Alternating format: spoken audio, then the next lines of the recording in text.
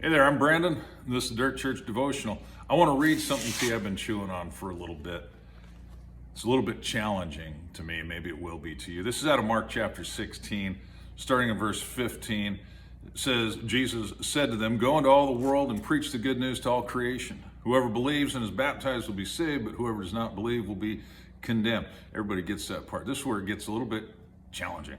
Verse 17, "And these signs will accompany," or according to the King James, New King James, "will follow those who believe.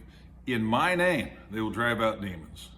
They will speak in new tongues. They will pick up snakes with their hands, and when they drink deadly poison, it will not hurt them at all. They will place their hands on sick people, and they will get well." Before I go into what I'm thinking about on that, let me tell you a little story. Several years ago, I had a Buell X1 Lightning. Now this, if you're not familiar, this was 1200 cc's of reworked Harley Davidson torque breathing, fire breathing monster engine stuffed into an American-made cafe racer frame. It had very little body work. It was known as a naked bike. I called it a bully bike. This thing from the factory, I believe, was rated at 120 horsepower. I had a custom exhaust on it. Now, it wouldn't keep up with the rice burners. It wasn't a top-end bike, but man, you grab the throttle in any gear and that torque would just put you back. It was awesome. I loved it.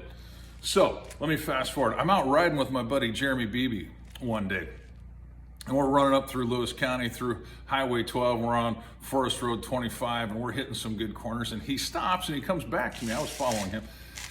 He comes back to me. He says, "Hey, let's check out your chicken feathers." "Chicken feathers? What are you talking about, chicken feathers?" I'm kind of offended.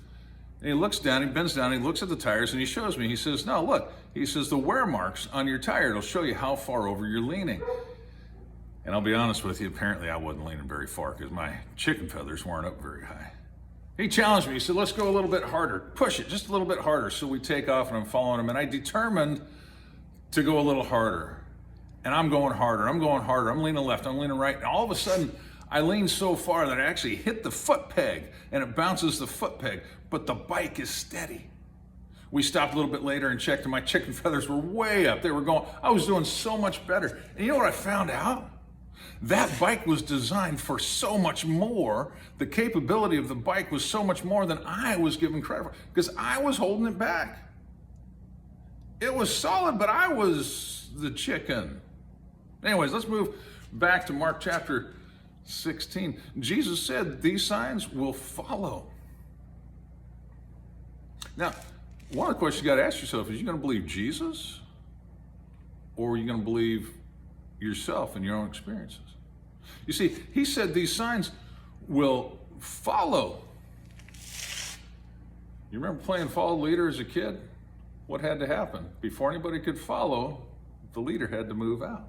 The leader had to step out. The leader had to do something, and then the followers could follow. It's the same thing in this. And so my challenge is this: if you don't have these signs following you, was Jesus wrong, or are you just not stepping out? I know, that's a challenge.